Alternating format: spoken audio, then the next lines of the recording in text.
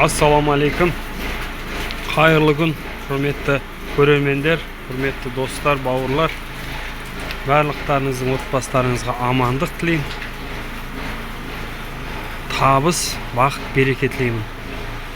Мінекей қазір бұқаларымыз жинап алдық. Аткорымды бордақыны бастадық. Алла қаласа бір айдың ішінде осы 55 басты жинадық. Bir ay уақыттың ішінде ірісі бар, 1,5 жасарлығы бар, майдалары бар, мынандай. Осындай қылып жинадық. Ұрғашы өзіміздікі. Міне достар, енді жинадық. Қазір бұлар бір-біріне уже үйренді. Бүгін соңғы алып келгенімізге 5-ші күн болды бүгін. 5 күнге дейін оларды жемге ақырындап шөпке осы өзіміздің режимге үйреттік 5 күн. Ал енді улаймыз. Ішіндегі ішкі құрт, сыртқы құрт, барлық құрттарын түсіреміз. Бордақының ең маңыздысы бұқаларды ештеңе бұларды мазаламау керек. Қышынбау керек, қасынбау керек. Ішіндегі құрттарын, сыртқы құртын, теріменен еттің ортасындағы құрттың барлығын ләж болса түсіріп тазарту керек. Енді мен ол үшін мынандай албетті қолданам. Бұл ішке тамақ арқылы желінет бұл. Бұл ішкі құрттарға, бауырдың құртына соған пайдасы бар. Албет деген осы бір қасық, бір шайне қасық 100 килограммға деп жазылып тұр. Осы менен шамамен 100 килограмм тірі салмақ бұқаға берем. Мысалы, мына жерде айтайық 150-170 кило бар. Сонымен берем, артығымен берем. Сол кезде бұлар анық действиет етеді. Әсері болсын деп уланып қалмайды. Әрине өте көп мөлшерде емес. Шамалатып беремін. Егер таразы болса, таразыға әрқайсысын өлшеп берсеңіз, ол әрине жақсы.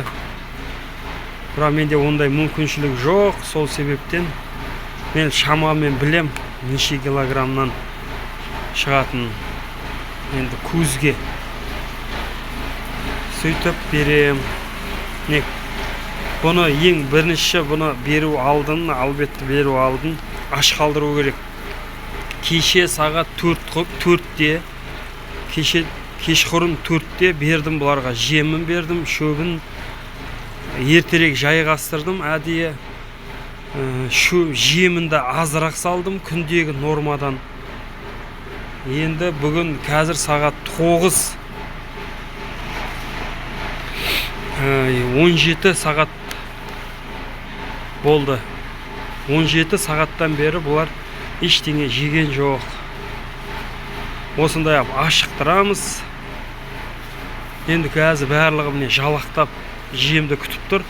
Қазір жемді салған бойдан бұлар бас салып жеуге дайын. Бірінші міне азғантай су берем. Су скважина құдық 32 метр жерден шығып жатыр. Көрдіңіз ба? Буланып жатыр. Жылы бол. Жылы су. Бірінші суын берем азғантай.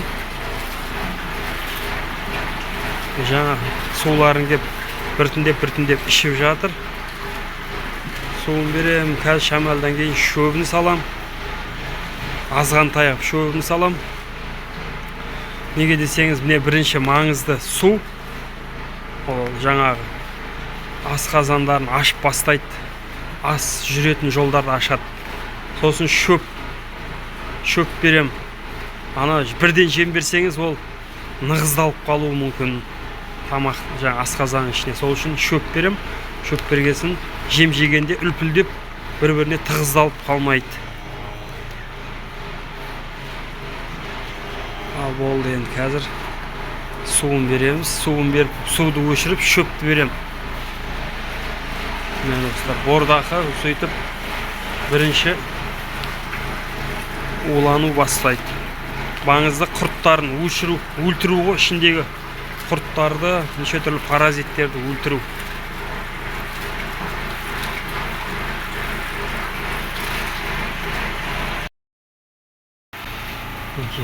Шөбін салып шықтық.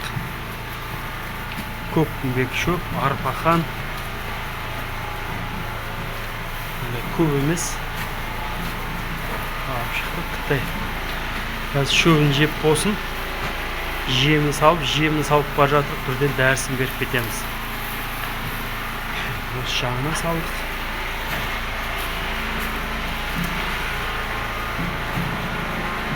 Суы тұр. Маңызды осы суы. Меяндағы шөбін уже жеп қойды. Меяндағы шөпті уже жеп қойды.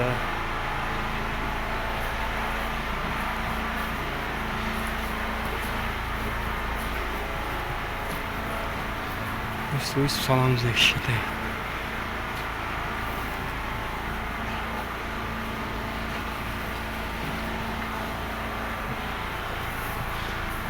Шөбін жеп болсын.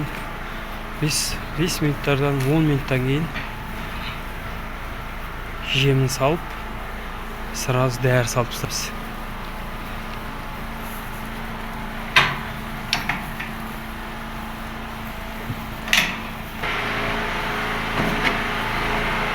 Шөбін тауысып жатыр.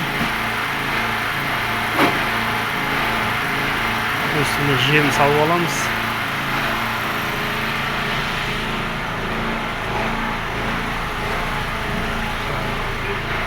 Сейчас, подожди.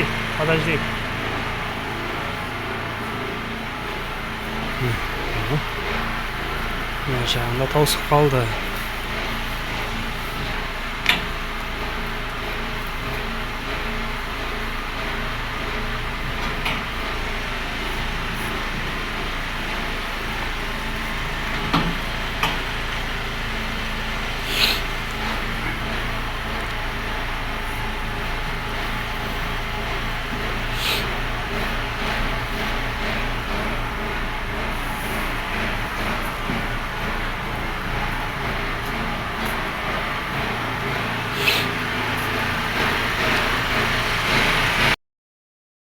Достар, осылай салып шықтым, мінекей. Жеп жатыр.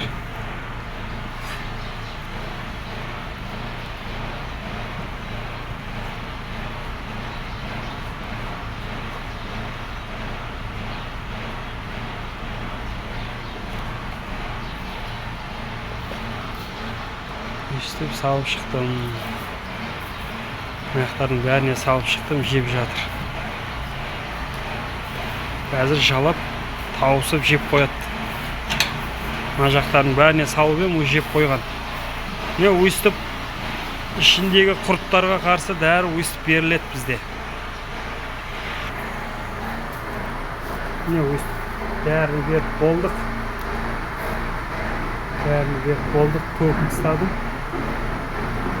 Барлығы жеп жатыр.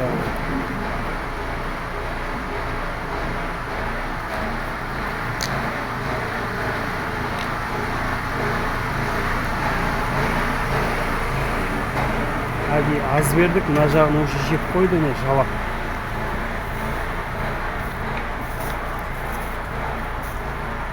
Кеше аз бергендіктен дәл осылай таласып жеп жатыр.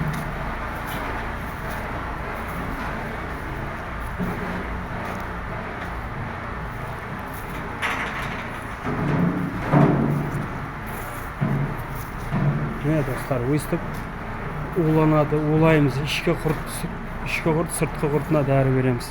10 күннен кейін Ивермак деген, Селигмак деген дәрілер бар. Соларды да саламыз. Енді ол онан бетер басқа құрттарды да түсіреді. Мынау сыртқы құрттарға мына бәрі пайдалы. Сыртқы құрттарға, биттерге, бүргелерге, ет пенен терінің ортасындағы жаңа құрттарға осы жақсы. Енді қышытпайды. Денелер жүндері өсіп, мыналар паразиттер ғой. Келген кезінде өстіп дәрілерін салып, вакцинацияларын саламыз. Сонымен бұлар бордақы басталады. Бордақы басталмай алдын осындай қылып, осындай вакцинацияларын салып, дәрілерін салып, қайдан бұны жан-жақтан жинағандықтан сол өстіп бір-біріне ауру жұқып кетпеу үшін осындай қылып не қыламыз. Залалсыздандырамыз осылай. Міне достар, осымен бүгінгі видеом осы, қысқаша осы. Енді 10 күннен кейін укол салам, оған дейін өстіп жемін беріп, асасты жемді беріп, үйретіп, күннен күнге көбейтіп, көтеріп кете берем жемді.